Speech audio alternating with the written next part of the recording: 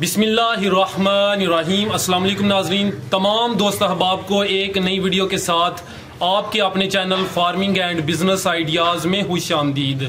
दोस्तों, इस वक्त मैं मौजूद हूँ बाबर साहब के डेयरी फार्म पर।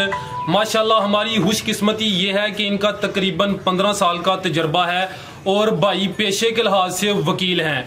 तो आज की ये वीडियो काफ़ी मालूमाती और मज़े वाली होने जा रही है। तो आपसे गुजारिश है कि वीडियो को मुकम्मल लाजमी देखें, लाइक करें, शेयर करें, कमेंट करें। तो बाबर साहब का प्रॉपर इंटरव्यू शुरू करने से पहले मैं आपको इनका फार्म और शेड दिखाऊंगा। इन्होंने काफ़ी मैनेजमेंट की हुई है। तो चलिए अभी इनके जो शेड और फार्म है उसका व्यू करते हैं। इसके बाद बाबर साहब का जो है वो ओवरऑल इंटरव्यू करेंगे। अस्सलाम वालेकुम। वालेकुम सलाम जी। भाई कैसे हैं? जी अल्लाह का शुक्र। भाई मेरे नाजरीन को जरा अपना तारफ करवा दीजिए। जी मेरा नाम बाबर है जी। तो ये सदार वाली गांव है, उसके अंदर मैंने ये डेयरी फार्म बनाया हुआ है माशाल्लाह। तो इसमें तकरीबन 35 जो है मेरे पास भैंसें हैं।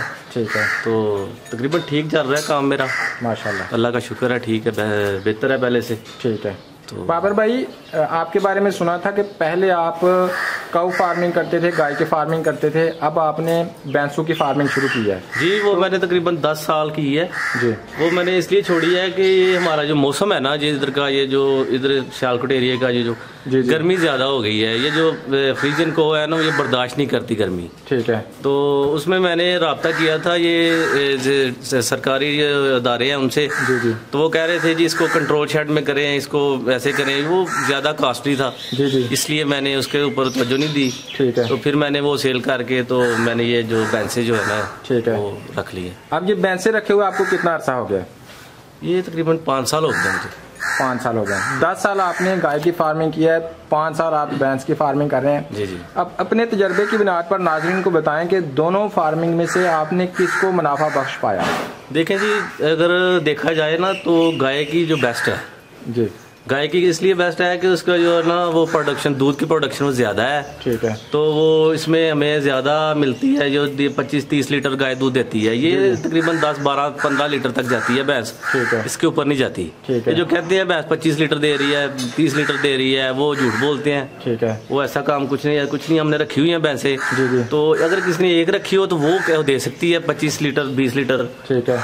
तो इसके ऊपर नहीं देती। गाय का इसलिए ज्यादा है कि गाय जो है ना वो मुसलसल दूध देती है। ठीक है। ड्राई नहीं होती। सही है। उसको छोड़ना पड़ता है खुद। ये जो भैंसें हैं इसको 3-4 माह ये पहले ही चली जाती हैं। ठीक है। ये ड्राई हो जाती हैं जी।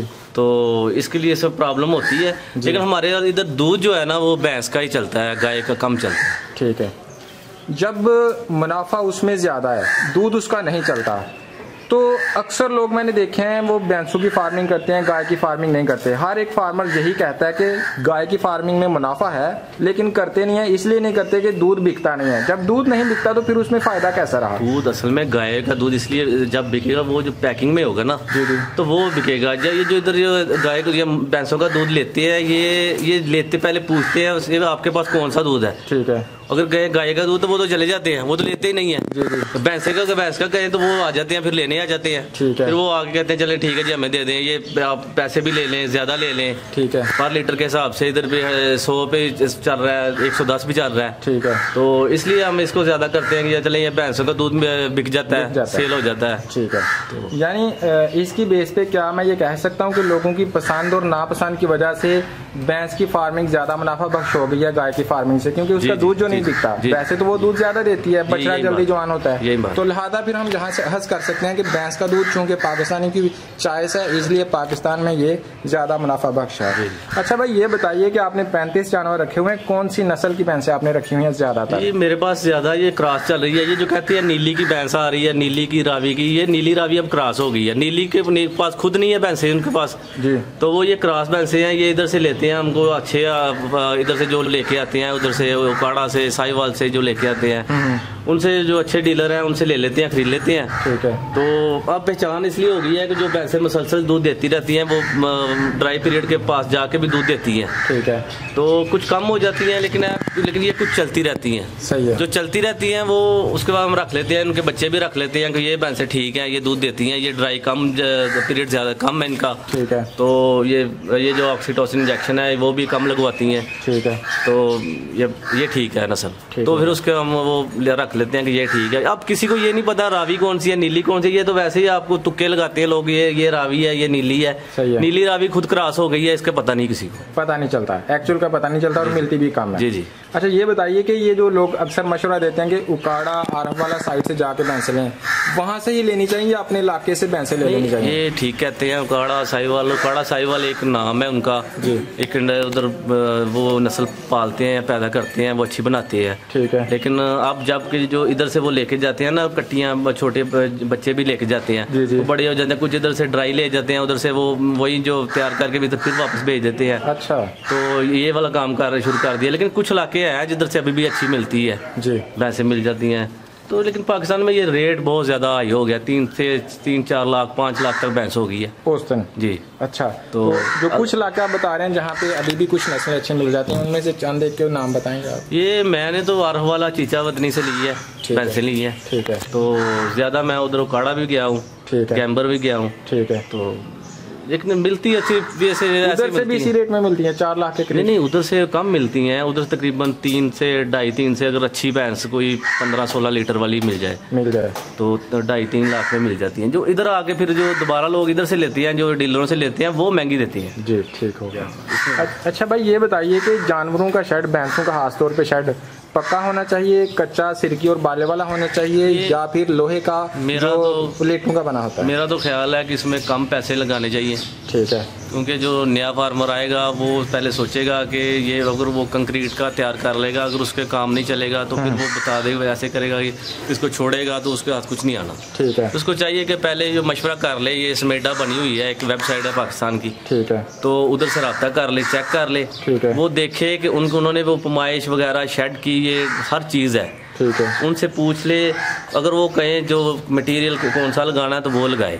ये जो हम खुद बना लेते हैं, ये जो दीवार के साथ लगा के लंबा लंबा शेड बना लेते हैं, हवा भी नहीं होती, वो क्रॉसिंग भी नहीं होती, वो उसलिए उसमें प्रॉब्लम होती है। ठीक है। तो इसको देखना चाहिए कि ये जो हम खुद ना बनाए इसको, नया फार्मर है वो उसको चाहिए कि वो इस पहले कंसल्ट कर ले, किसी गवर्नमेंट इदारे से कंसल्ट कर ले तो भाई मैंने ये बनाना है, वो किसी से अपना मशवरा कर ले तो फिर वो बनाए, ऐसे ना बनाए। सही हो गया। यानी समेडा वगैरह या गवर्नमेंट के इदारों से, लाइफ स्टॉक डिपार्टमेंट से कंसल्टेशन के बाद अपना शेड बनाइए, इससे आपको फायदा रहेगा।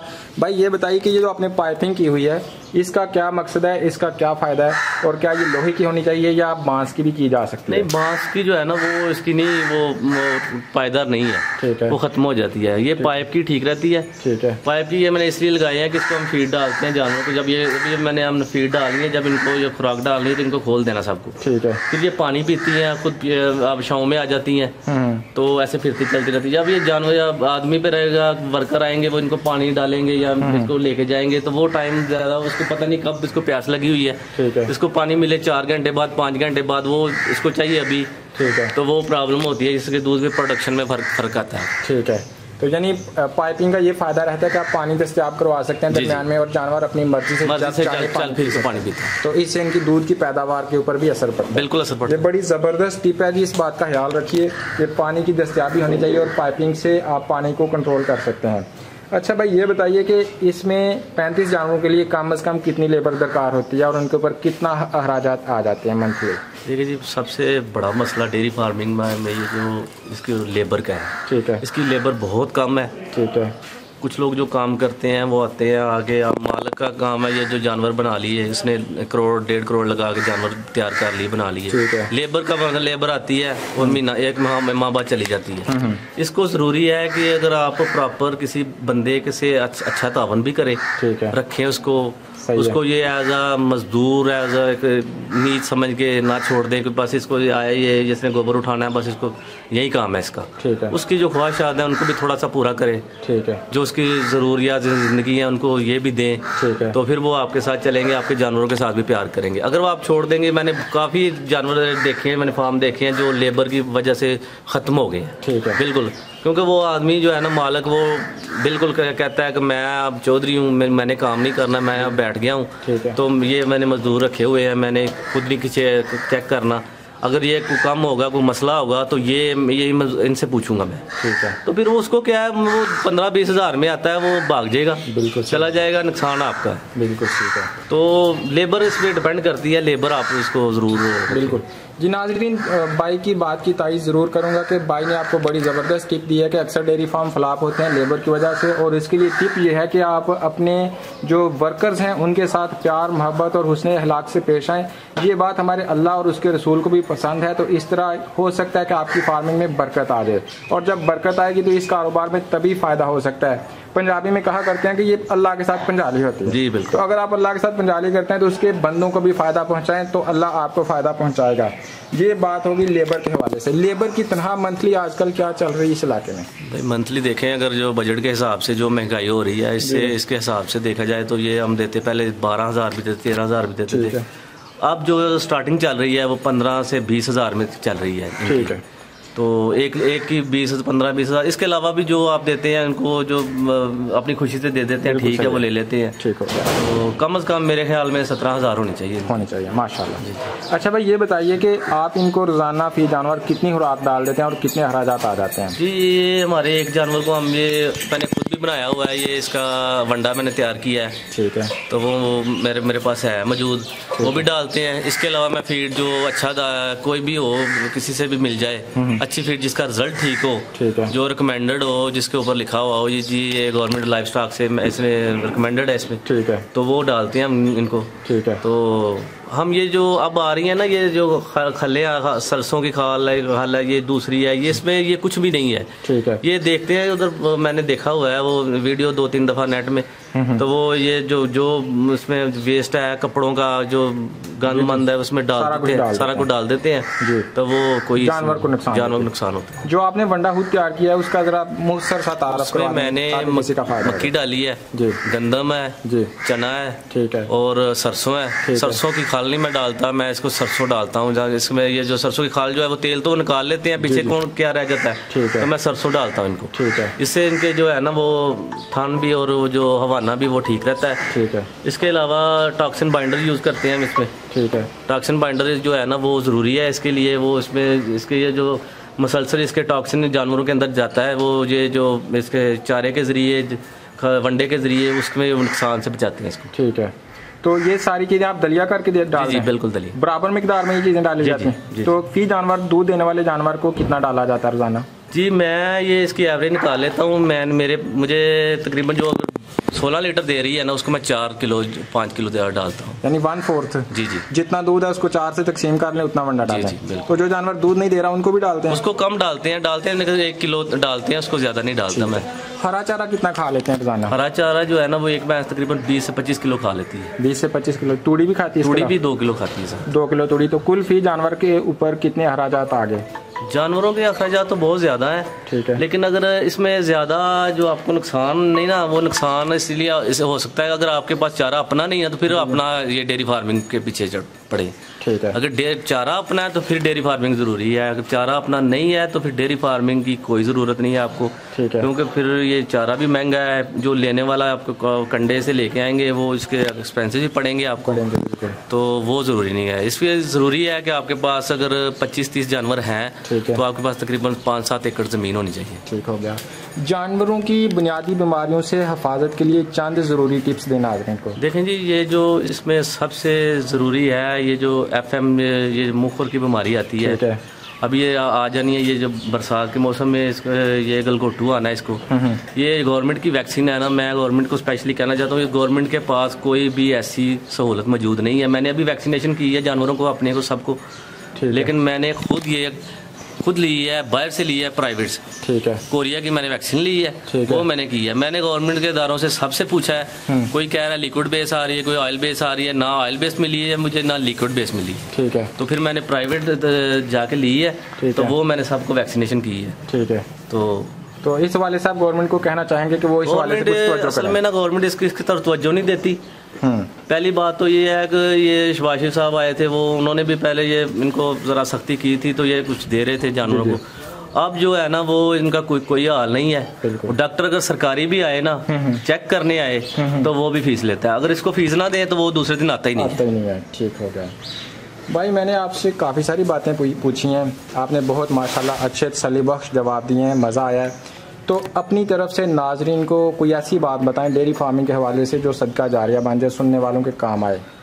बस जी ये काम है, अच्छा काम है। असल में ना ये जो अब लेबर बेरोज़गारी हो रही है इस मुल्क में, जी, तो मेरे ख्याल में यही काम रह गया है जो आप खुद अभी शुरू करें, अभी लें काम, ये जानवर एक खरीदें तो उसका दूध सेल हो जाता है। बस यही काम है। ठीक है। पाकिस्तान में अगर इसको भी नीयत से करें तो ये काफ़ी आगे जा सकता है बंदा।